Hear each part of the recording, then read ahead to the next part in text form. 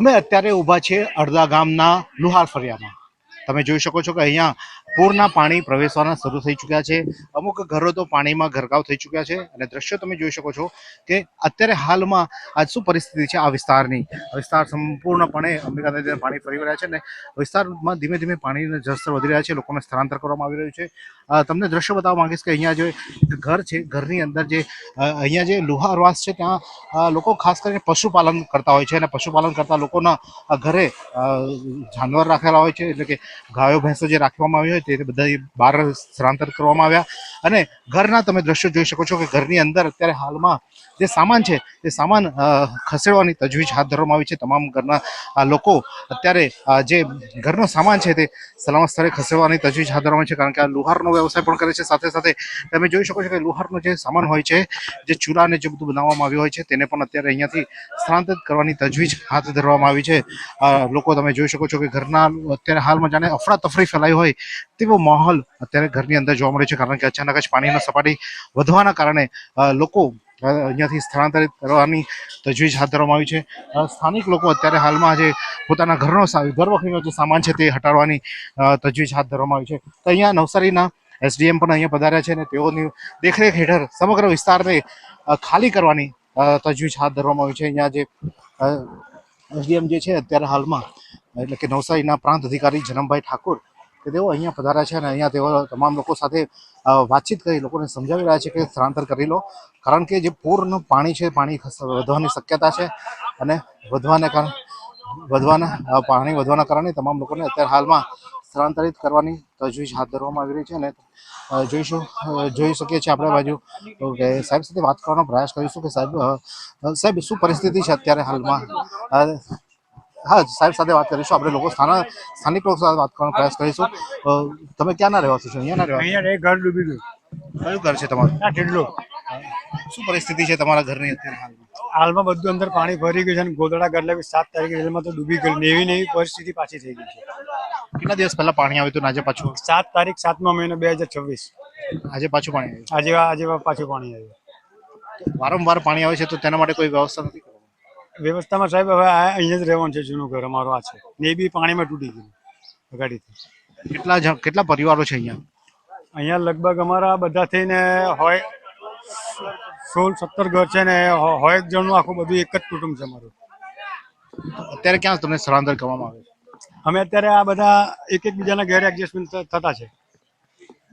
ક્યાં સુધી પાણી, કેટલા ઘરોમાં પાણી આવી? બધા જ ઘર ડૂબી ગયેલા સાહેબ, બધા જ ડૂબી ગયેલા. આ ઘર દેખાય ને, પંખો ચાલે ત્યાં સુધીનું પાણી આવેલું હતું. પેલા આ પરિસ્થિતિ ઉઠી જ નહીં સાહેબ. શા માટે આવું પરિસ્થિતિ? કઈ દિવાલ? સ્થાનિકો સાથે વાતચીત કરીશું. શું કેવું છે? આ બાંધકામ થયા માટે. કઈ બાંધકામ છે? આ દિવાલો બધી. તેના કારણે પાણી? હા, તેના કારણે આ પરિસ્થિતિ નહીં ઉતરી. આ પૂર્ણ પરિસ્થિતિ છે. કેટલા વર્ષથી આવી પરિસ્થિતિ? આ 2-3 વર્ષથી. સ્થાનિકોનું કહેવું છે કે 2-3 વર્ષથી અહીંયા જે દિવાલો બનાવવા છે તેને લઈને આ પરિસ્થિતિનું નિર્માણ થયું છે અને જેના કારણે આ લોકોના ઘરોમાં પણ પાણી જાય છે. 10 થી 15 ફૂટ સુધી પાણી લોકોના ઘરો સુધી પહોંચે છે અને જેના કારણે લોકો હાલાકી વેઠવા માટે મજબૂર બન્યા છે. સાહેબ અત્યારે બિઝી છે, આપણે એમની સાથે જરૂરથી વાત કરવાનો પ્રયાસ કરીશું. શું તમે શરીરના સાંધાના દુખાવાથી પીડાઈ રહ્યા છો કે પછી તમે કોઈ સ્પોર્ટ્સ ઇન્જરીથી પીડાઈ રહ્યા છો?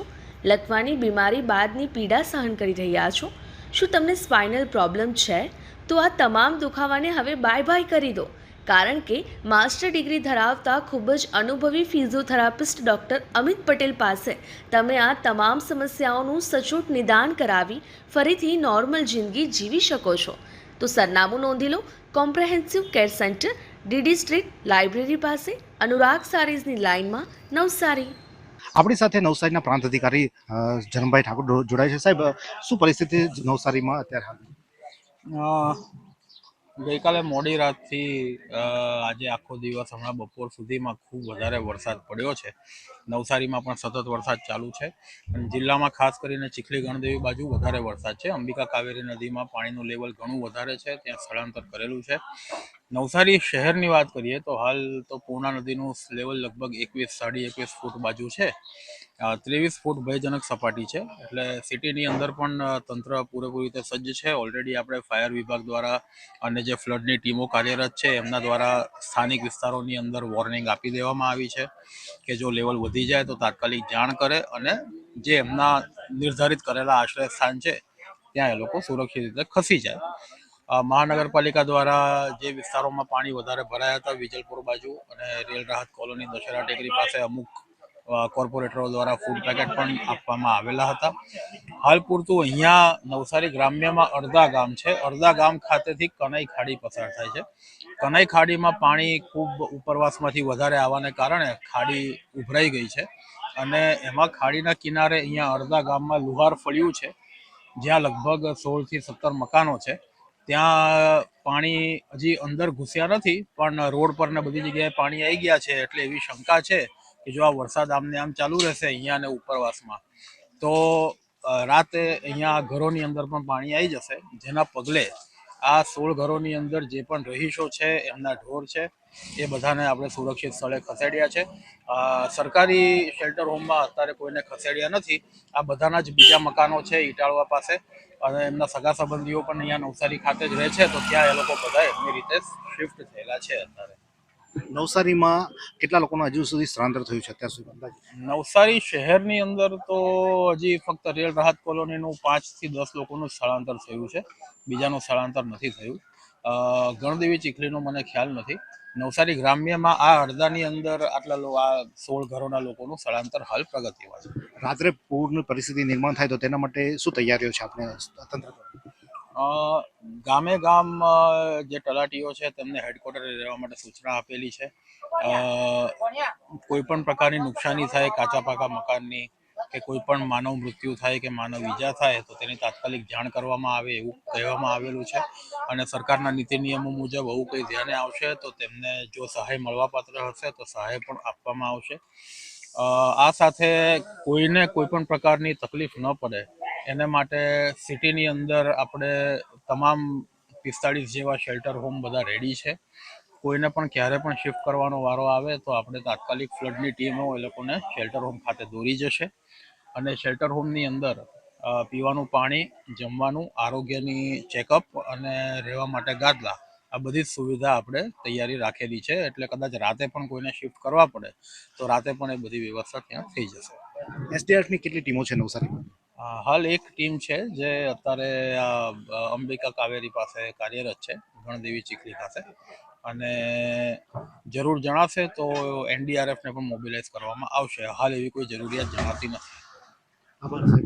આ હતા નવસારીના પ્રાંત અધિકારી જનકભાઈ ઠાકોર. તેમને આપણે સમગ્ર નવસારી જિલ્લાનો ચિતાર, નવસારી શહેરનો ચિતાર આપ્યો અને રાત્રિના સમયે જો વરસાદ વધે તો તેને લઈને પણ તમામ પ્રકારની તૈયારીઓ તંત્ર દ્વારા કરવામાં આવી છે. તો લોકો નીચાણવાળા વિસ્તારમાં જે પણ રહેતા હોય સાવચેત રહો અને સલામત સ્થળે ખસી જાઓ તેવી નવસારી લાઈવ પણ અપીલ કરી રહ્યો છે. એવી કઈ હોસ્પિટલ છે જ્યાં કેન્સર માટે સર્જરીની સેવા હોય, કીમોથેરાપીની સારવાર હોય, રેડિયેશનની સારવાર હોય, પીટી સીટી સ્કેન હોય, કેન્સરની પેથોલોજી હોય, મેમોગ્રાફી હોય, એટલે કે બધું જ. હા, બધી જ સારવાર એક જ હોસ્પિટલમાં હોય. તે છે નવસારી નિરાલી કેન્સર હોસ્પિટલ. સાવધાન, આગળ રસ્તો બંધ છે. આ તમે દ્રશ્યો જોઈ રહ્યા છો નવસારીના ગણદેવી રોડ પર. નવસારીથી જે ગણદેવી જતો મુખ્ય માર્ગ છે અને નવા ગામ પાસે આ બોર્ડ મારવામાં આવ્યું છે. આ જ પ્રકારના બોર્ડ નવસારીમાં 170 જગ્યાએ લાગ્યા છે. અલગ અલગ 170 રસ્તાઓ નવસારી જિલ્લાના બંધ કરવામાં આવ્યા છે કારણ કે ત્યાં ઓવરટેપિંગ થયું છે, પાણીનો ભરાવો વધ્યો છે. અલગ અલગ કારણોસર જે પાણી ભરાવાના કારણે રસ્તાઓ બંધ થાય છે અને તંત્ર દ્વારા તમામ જગ્યાએ આવા બોર્ડ લગાવી દેવામાં આવે છે. આ બોર્ડ એના માટે છે કે કોઈ પણ અંદર ન જાય, સુરક્ષિત રહે, કોઈ જાનહાનિ ન થાય તેને લઈને સુરક્ષાના ભાગરૂપે લગાવવામાં આવ્યા છે. અગાઉ આ જ રસ્તા પર આ નવા ગામ પાટિયા પાસે અહીંયા જ એક કાર 7 તારીખે તણાઈ હતી. તે દ્રશ્યો અમે બતાવ્યા હતા અને જે અંદર ફસાયેલા હતા તે લોકોને ગામના લોકોએ રેસ્ક્યુ કર્યા હતા. ત્યારે આજે આ ફરીથી પાણીની પરિસ્થિતિ ભરાવાની થઈ છે અને તેમાં લોકો પોતાની કાર, બાઇકો અંદર નાખીને બહાર નીકળવાનો પ્રયત્ન કરવા જઈ રહ્યા છે, પરંતુ તેમાં પાણી લાગી જવાના કારણે વાહનો બંધ થઈ જાય છે અડધા રસ્તે અને પછી તે પાણીમાં ખેંચાવાની પરિસ્થિતિ નિર્માણ થાય છે. એટલે નવસારી લાઈવ તમામ દર્શકોને અપીલ કરી રહ્યો છે, જે પણ તમે બહાર જતા હોય, રસ્તો બંધનો આવું બોર્ડ દેખાય તો ત્યાં તમારે થોભી જવું અને આવા કોઈ પણ રસ્તો ક્રોસ કરવાની કોશિશ ન કરવી, કારણ કે આ રસ્તા કદાચ તમારો જીવ પણ લઈ શકે છે. એટલે હિંમત ન બતાવો, સુરક્ષિત બનો અને શાંતિથી જે આવા પૂરની પરિસ્થિતિ નિર્માણ થયું હોય ત્યારે તેનો જે સહયોગ આપે, તંત્ર જે બોર્ડ મારવામાં આવે તે બોર્ડનો સહયોગ આપે અને આપણે એવા રસ્તા પર ન જવું જોઈએ, બીજા રસ્તો અપનાવવો જોઈએ, જેથી કરીને તમે પણ સુરક્ષિત રહો, તમારો પરિવાર તમારી રાહ જોઈએ છે. તો નવસારી લાઈવ પણ તમામ લોકોને અપીલ કરી રહ્યું છે, આવો રસ્તો બંધ છે એવું બોર્ડ દેખાય તો ત્યાં ઊભા રહી જજો.